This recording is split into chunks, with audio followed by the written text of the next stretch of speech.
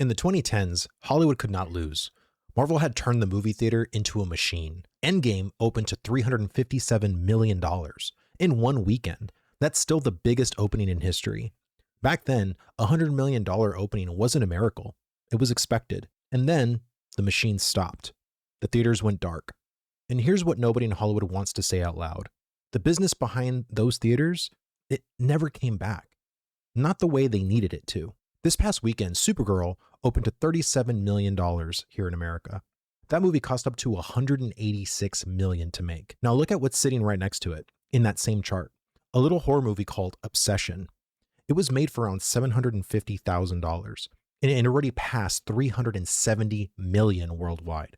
For years, Hollywood has been told exactly what audiences will and won't pay for, over and over, and it refuses to listen. This is why. To understand why they keep failing, you have to understand how they used to win.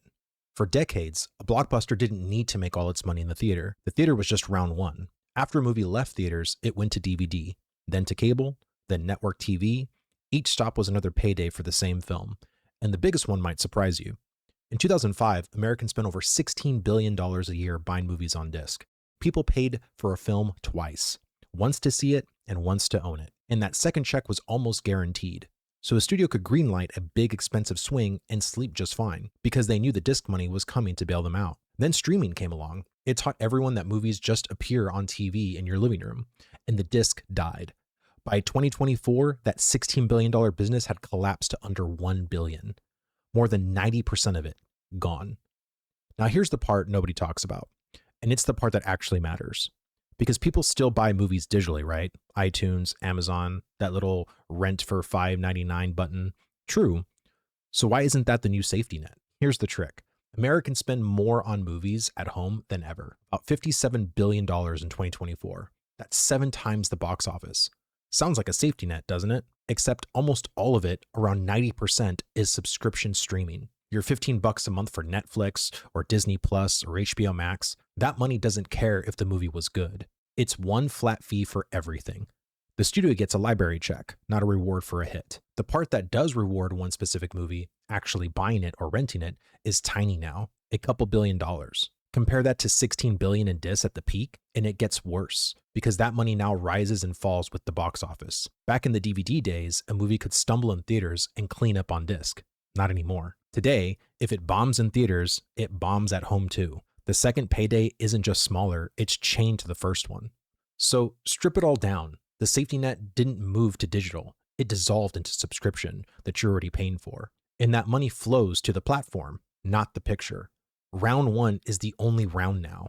Miss it, and there's nothing underneath for you. So you'd expect the studios to get careful. Watch what they did instead. In 2015, Disney made a live-action Cinderella. The budget was $95 million.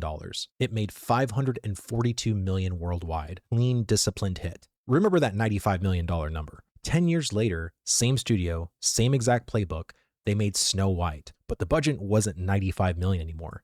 It ballooned past $300 million. The safety net had vanished. And they tripled the bet. Snow White cratered. And here's the sight they never have to feel. Yours. Take your family of 4 to an evening show. Tickets, popcorn, gas. You're pushing $90 for one night. 1 month of streaming is around $15. So picture it, you're a parent. You can gamble $90 on a movie you're not even sure if is any good, or you can wait a few weeks and watch it on your couch. That's the vice. Studios are spending more than ever, and the audiences can afford it less than ever. Which brings us back to Supergirl, the perfect case study, because Warner Brothers had every warning a studio could possibly get. The Flash, which bombed, Birds of Prey, their own Snow White, which detonated barely a year earlier. They had it all, and they spent up to $186 million on a solo movie for a character most people couldn't even care for, plus another $120 million to sell it. So let's do the math for hoping that you won't. And I'll be generous. I'll use the low number. $170 million to make, another $120 to sell it, and that's $290 million gone before anyone buys a single ticket. But the studio doesn't keep what you pay for that ticket. The theaters take a cut. Overseas takes an even bigger one. By the end, you're lucky to keep even 40 cents to the dollar. So to earn 290 back, Supergirl can't just gross 290 million. It has to gross around 700 million. And here's the honest part. We don't actually know the real number. We never do. Studios guard these figures like state secrets. And when they do talk, they shade the truth. Hollywood accounting is practically an art form. It exists to make hits look modest and bombs look survivable. The studio's official line, Supergirl needed about $300 million to break even, but that number quietly leans on streaming and merch and deals that may never show up. So run the theatrical reality instead. $290 million out the door, 40 cents back on the dollar, do that, and the real break even isn't 300. It's north of 600 million, maybe 7 depending on how overseas a split lands. And that number actually survives actual math. Now, Supergirl opened to 37 million, and analysts already have it losing over $100 million. So whatever the real break-even number is, 300, 600, 700, it's not within a galaxy of it. And then they let the press tour turn into some fight with the audience. Right before the release, the film star waved off her critics, called them, quote, data for Christian, which is hilarious to me, and added that if you're annoying the right kind of people, you're doing okay. Now look at that purely as a business decision. You're about to ask millions of families for $90, and your headline going into your opening weekend is your lead actress mocking a chunk of that exact audience? But here's where I'll be straight with you, because a lot of channels get this part wrong. The problem was never that a movie had something to say. Look at what audiences did show up for this year. Sinners, an original, and about as thematically loaded as movies get. Weapons, Obsession, that $750,000 horror movie. Audiences didn't reject those films with a message. They rejected films that felt like homework. Films that treated them as a part of a problem to be fixed, instead of an audience to be entertained. People can smell contempt, and they vote with their wallets. So if the lesson is this obvious, why do they keep doing it? They're stupid is the lazy answer, and it's wrong. The real answer is far more uncomfortable. For years, the people making these calls didn't feel the consequences. When one of these movies bomb, who actually gets hurt? The actress catches hate online, the crew sweats the next job, but the executive who greenlit it, insulated. Take the CEO of Warner Brothers, David Zaslav. This is the studio behind Supergirl, The Flash, Joker 2. And in 2024, he made $52 million. In 2025, it tripled to $165 million. And most of that was a one-time award tied to restructuring the company, not to making good films. The quality of the films barely touched his paycheck. His own shareholders voted to reject the package. He's set to get it anyway. Plus a golden parachute that could reach $900 million if the Warner Brothers sales go through. Second reason, and this one's fairer, these movies are slow. A tentpole movie gets greenlit 4 or maybe 5 years out. Supergirl was shot and finished before Snow White even hit theaters. So by the time the market screams stop, the next 3 are already made, already paid for. You can't unspend $150 million. So the mistakes just keep arriving, right on schedule, like light from a star that already died. Third reason, nobody at a major studio ever got promoted for a lean little hit.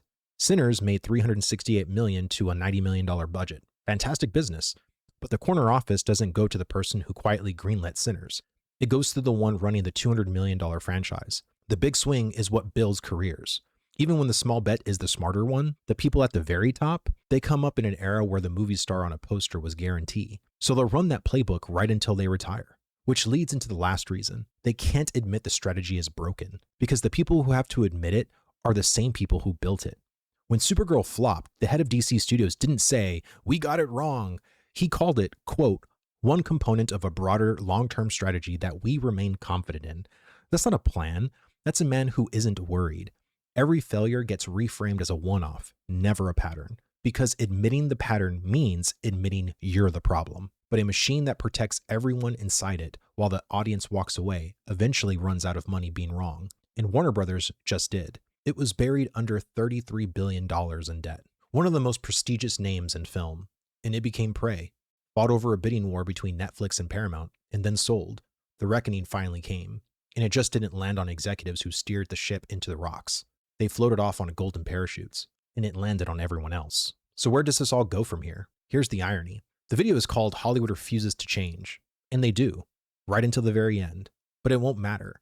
Because the studio won't change on its own. The math changes it for them. An era of throwing $250 million at every movie, praying it turns into a franchise, that era is ending. Not because anyone had some moral awakening, but because they finally ran out of money being wrong. And we don't even have to guess what comes next. It's already happened this year.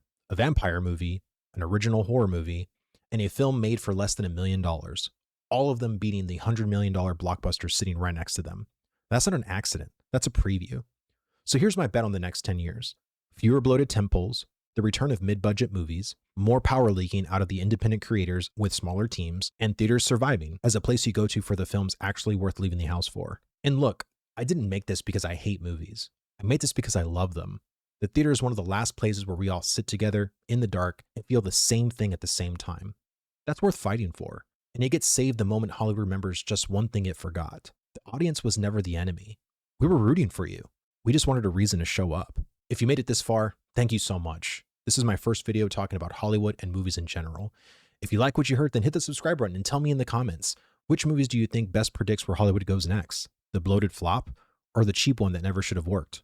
Believe me, I read them all in the comment section. Thanks again, and I'll see you guys in the next one.